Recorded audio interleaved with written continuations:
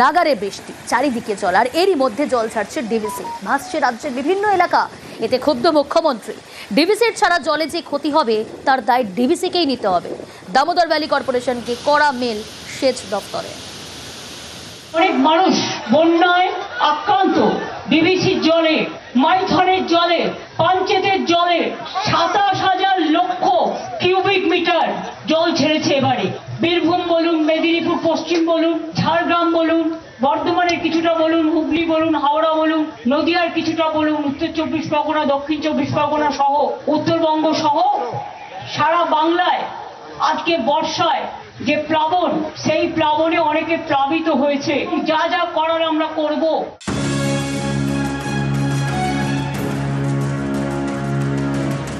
ঝাড়খণ্ডে বৃষ্টি হলেই জল ছাড়ে ডিভিসি, তাতে ভেসে যায় এ রাজ্যের নানা এলাকা। প্রতি বছর এই এক ছবি। এবছরও দফায় দফায় জল ছাড়ছে দামোদর ভ্যালি কর্পোরেশন। ভাসছে রাজ্যের নানা এলাকা। এতে ক্ষুব্ধ নবান্ন। মঙ্গলবার রাতে এবং বুধবার সকালে ডিভিসিকে ইমেল করেছে সেচ দফতর। তাতে বলা হয়েছে, সোমবার রাত থেকে জল ছাড়ার পরিমাণ বাড়িয়েছে ডিভিসি। এই জল ধরে রাখতে সক্ষম মাইথন এবং পাঞ্চেত জলাধার। তারপরেও কেন লাগাতার জল ছাড়া হচ্ছে? ডিভিসির ছাড়া জলে যা ক্ষতি তার দায় ডিভিসিকেই নিতে হবে। গত শনিবারও ডিভিসিকে চিঠি দেয় সেচ দফতর। চিঠিতে বলা হয়, বিভিন্ন বাঁধ থেকে জল ছাড়ার আগে ডিভিসি যেন রাজ্যকে জানায়। এরপরেও বারবার জল ছেড়েছে ডিভিসি। এর জেরে ফুঁসছে হুগলিতে রূপনারায়ণ, মুন্ডেশ্বরী। ভাসছে খানাকুলের ৪টি গ্রাম পঞ্চায়েত এলাকা। বাড়িতে জল, তাই অনেকেই ছাদে।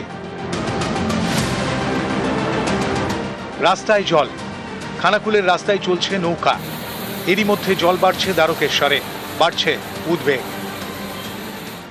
বাড়ি ঘর দর ডুবে যাচ্ছে, যাতায়াতের অসুবিধা প্রচুর। জল, চাষের জমি সব তো ডুবে গেছে, ফসল নষ্ট হয়ে গেছে। অনেক দুর্ভোগের, বাজারও যেতে পারা যাচ্ছে না, জল তো প্রচুর। আবার বৃষ্টি হচ্ছে, জল ছাড়ছে, আবার ডিভিসি আবার জল বেড়ে যাবে। মারাখানা অঞ্চল তো এমনিই ডুবে। খানাকুলের ভৌগোলিক অবস্থাটা এমন উল্টানো গামলার মতো, তার উপরে ডিভিসি আমাদেরকে মানে এক প্রকার বাঁচতে দেবে না, আমরা বলতে পারি, বা খানাকুল মানুষজনকেও বাঁচতে দেবে না। তার কারণ যে সময় জল ছাড়ার কথা ছিল সে সময় জল ছাড়েনি। এবছর দেখবেন অনেক আগে জল ছেড়েছে। যে সময় নদী বাঁধগুলো কাজ চলছিল, তো সেটা আমরা ফুলফিল করতে পারলাম না। ডিভিসি যদি তার জল ধারণ ক্ষমতা না আগে রাখতে পারে, তাহলে জলটা ধারণ করাটা উচিত না। সে জল ছাড়ুক, আগে তার ড্রেজিং এর ব্যবস্থা করুক। নিউজ 18 বাংলা। ব্যক্তি মালিকানায় ৩২ বিঘা জমি। ভূমি দফতরের রেকর্ডে সেই জমি এখন সড়ক পরিবহন মন্ত্রকের নাম।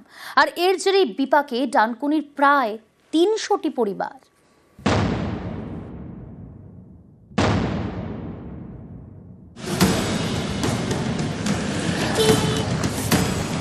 হুগলির ডানকুনি পুরসভার ৪ নম্বর ওয়ার্ড আঁকডাঙ্গা। এখান দিয়ে গেছে ১৯ নম্বর জাতীয় সড়ক। চলছে রাস্তা সম্প্রসারণের কাজ। এরই মধ্যে জমির মালিকানা বদলে দেওয়া হয়েছে বলে অভিযোগ। ডানকুনি টোল প্লাজা থেকে ডানকুনি ফ্লাইওভার জাতীয় সড়কের দুপাশে প্রায় ৩২ বিঘা জমি। এই জমিতে কারো বাড়ি, কারো হোটেল, কারো দোকান। এখানেই রাস্তা সম্প্রসারণের কাজ চলছে। ৬ লেনের রাস্তা হবে, এর জন্য জমি প্রয়োজন। স্থানীয়দের দাবি, এ নিয়ে জাতীয় সড়ক কর্তৃপক্ষ তাদের সঙ্গে কোনো কথা বলেনি, নোটিশও দেয়নি, কিন্তু কাগজে কলমে তারা এখন জমির মালিক নন। ভূমি দফতরের রেকর্ডে জমির মালিক এখন সড়ক পরিবহন মন্ত্রক। কিন্তু এটা হলো কিভাবে? চিন্তায় প্রায় ৩০০টি পরিবার। হঠাৎ শুনছি আমাদের জায়গা অ্যাকোয়ার হয়ে গেছে। আমরা সব মোবাইলে সার্চ করছি, মোবাইলেতেও আসছে। বিএলআরে গেছি, বিএলআরও তো বলছে আমাদের মোটামুটি ২-৩০০ ঘর আছে, ফ্যামিলি আছে, বাচ্চা আছে।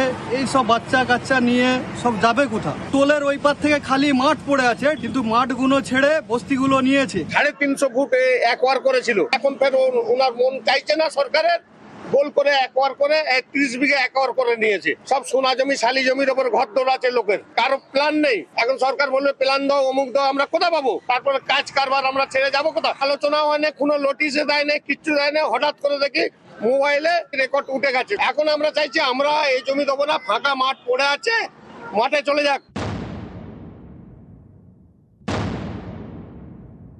এটা খুব দুর্ভাগ্যজনক ব্যাপার। বিএলআর এসডিএলআর সবার সঙ্গেই কথা হয়েছে, তা ওনারা বলেছেন যে খুব তাড়াতাড়ি রেক্টিফিকেশন হয়ে যাবে এবং ওনাদের বাড়ি ওনাদের সম্পত্তি ওনাদেরই থাকবে। কোনো একটা ভুল মানে ভাবে হয়ে গেছে, ওনারা বললেন যে এটা রেক্টিফিকেশনের জন্য পাঠিয়ে দিয়েছেন, খুব তাড়াতাড়ি হয়ে যাবে। ডানকুনি থেকে রানা কর্মকার, নিউজ 18 বাংলা।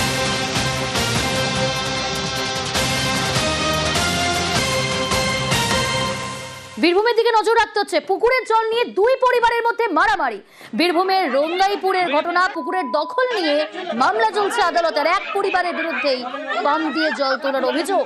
পুকুর থেকে জল তোলায় লাঠি বাঁশ নিয়ে মারামারি। পরিস্থিতি নিয়ন্ত্রণে আনে সাঁইথিয়া থানা।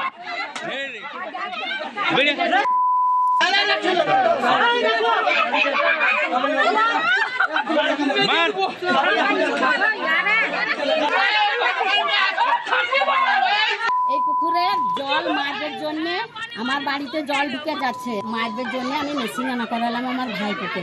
এবার মেশিনটা লাগাচ্ছি, এবার ওর মধ্যে আমার ছোট ভাই এসে বাধা দিচ্ছে, বলছে জল মারা হবে না, এটা কেস হয়ে আছে ওই বলে। তখন বলে হাগো আমার এই ধারটা যে ডুবে যাচ্ছে, তাহলে সামান্য জলটা মেরে দিই, তাহলে আমার কিছু হবে না। ও বলছে না হবে না। এবার ওর ছেলেকে ডেকে নিয়ে এলো, বড় ছেলেকে। ও একটা হাতে কাটারি নিয়ে এসে ও বেটি আমার ওই ভাইকে কি চাইছেন আপনারা? আমরা যাতে এই জলটা মরে যায় সেই ব্যবস্থা আমরা চাইছি।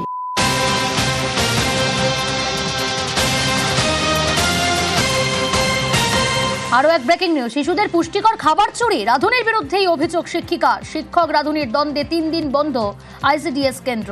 শিশু গর্ভবতীরা পুষ্টিকর খাবার পাচ্ছেন না অভিযোগ। চন্দ্রকোনা 2 নম্বর ব্লকের পলাশ চাপড়ির ঘটনা। আইসিডিএস খোলার দাবিতে প্রশাসনের দ্বারস্থ গ্রামবাসীরা। সব ভুল, উনি যা বলছে বানিয়ে বলছে। সবাই জানে, দিদি সুপারভাইজার দিদি জানে, স্যার জানে, সবাই জানে। কিন্তু আপনাদের দুজনের দ্বন্দ্বে এই ধরনের একটা আইসিডিএস কেন্দ্র বন্ধ আছে, প্রত্যেক দিন চাল ডাল বরাদ্দ হচ্ছে। আপনারা কি ঠিক করছেন বাচ্চাদের এই বিষয় নিয়ে? সেটি আমি আর সহায়িকার কি জন্য বন্ধ না হচ্ছে ম্যাডামের জন্য বন্ধ? ম্যাডাম যা বলছে আমার কাছে আর বলার কি। এখানে হেল্পার, ওখানে হিরাপাল বলছে আমাকে ভাতের দিনে 70টা ডিম মেরাবে, তার মধ্যে 50টা সিদ্ধ হবে, 20টা কাঁচা, 20টা 10টা আমার 10টা তোমার। আর খিচুড়ির দিন 40টা ডিম মেরাবে, 25টা সিদ্ধ হবে, আর 15টা থাকবে তোমার হাফ আমার হাফ।